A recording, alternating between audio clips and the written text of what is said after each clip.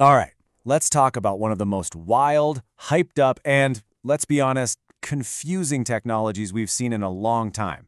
NFTs. They absolutely exploded onto the scene, right? But now, where are they? Let's get into it and figure out what really happened. So, let's just kick things off with a number that pretty much broke the internet. $69 million in 2021. That was the price someone paid for a single digital art file. Not a painting for your wall, a certificate on a computer. Yeah, that one sale, it perfectly sums up the absolute peak of the NFT madness. And that madness is exactly where we need to start. You know, to really get a handle on where NFTs are today, we have to rewind the clock to 2021. That was the year the hype train went completely off the rails, and it felt like everyone was jumping on board. Now you might be thinking NFTs just popped up out of nowhere, but they weren't new in 2021.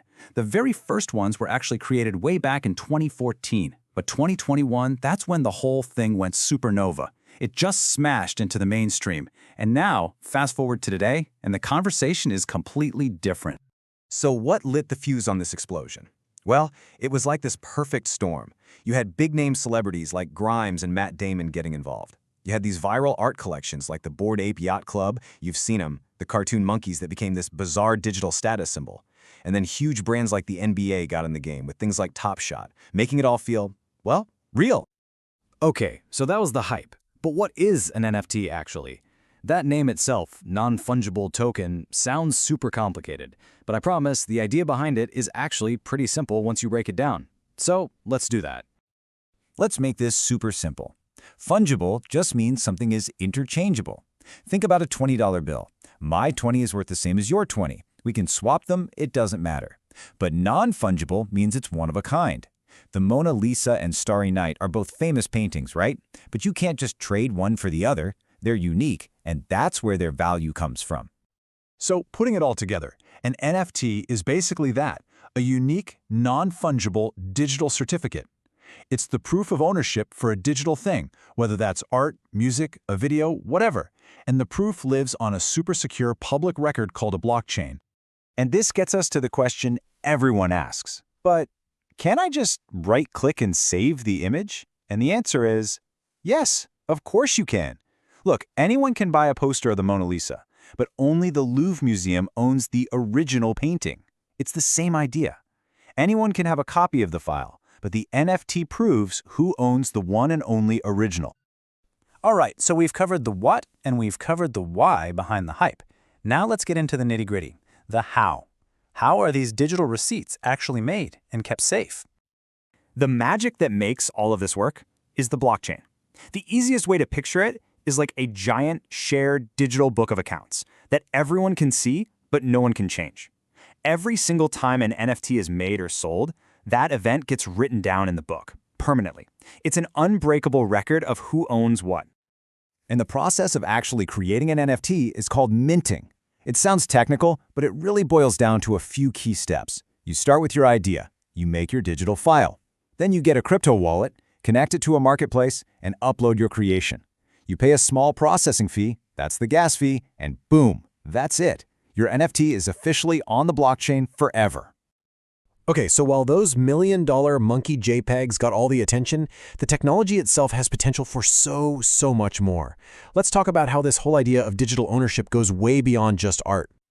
Think about it. Because all an NFT really does is prove ownership, you can apply it to almost anything. Imagine your concert ticket wasn't just an email, but a cool digital collectible you could keep forever. Or what if the deed to your house was secured on the blockchain instead of being a piece of paper in a dusty file cabinet? Or what if those rare items you grind for in a video game were actually yours to sell? Gaming is a perfect place to see this in action. For years, we've all spent real money on virtual items, skins, weapons, you name it, that we never truly owned. With NFTs, you could actually own that legendary sword. You could use it in the game, and then, when you're done, you could sell it on an open market for real money. It totally changes the game, literally. Okay, so this brings us right back to the big question. That crazy 2021 hype, it's clearly over. So what now? What does the future actually look like for this technology now that the bubble seems to have popped? Let's just put it out there. Are NFTs dead? I mean, it's a question on everyone's mind, right? You don't see them on the news every night anymore. But the answer is a little more interesting than a simple yes or no. What we're actually seeing isn't a death, it's a shift. The technology is growing up. The 2021 hype was all about speculation, celebrities, and showing off. But the focus now has moved on. It's about real-world use, about function, and about community. It's less about how much can I sell this for, and more about, hey, what can this thing actually do? And what it can do is starting to get pretty interesting. We're talking about things like proving you own a plot of land in a virtual world, creating those unique video game items we just talked about, or even creating a secure digital version of a real-world object. And there are some really cool projects leading this new wave. You've got Pudgy Penguins, which is building an actual brand with real-life toys. Azuki is all about creating a deeply connected community for its holders. And Clonex is teaming up with huge brands to build a bridge between our digital and our physical lives. So here it is, the most important takeaway. Don't confuse a popped hype bubble with a dead technology. The crazy speculative gold rush might be over, but the core idea, that powerful fundamental tech for proving digital ownership, is very much alive and is now quietly finding its real purpose. Which leaves us with one final big idea to think about. As more and more of our lives move online, our friends, our money, our work, doesn't it just make sense that how we own things will become digital too? NFTs are one potential answer to that massive question, pointing to a future where proving you own something could be as simple and as secure as the internet itself.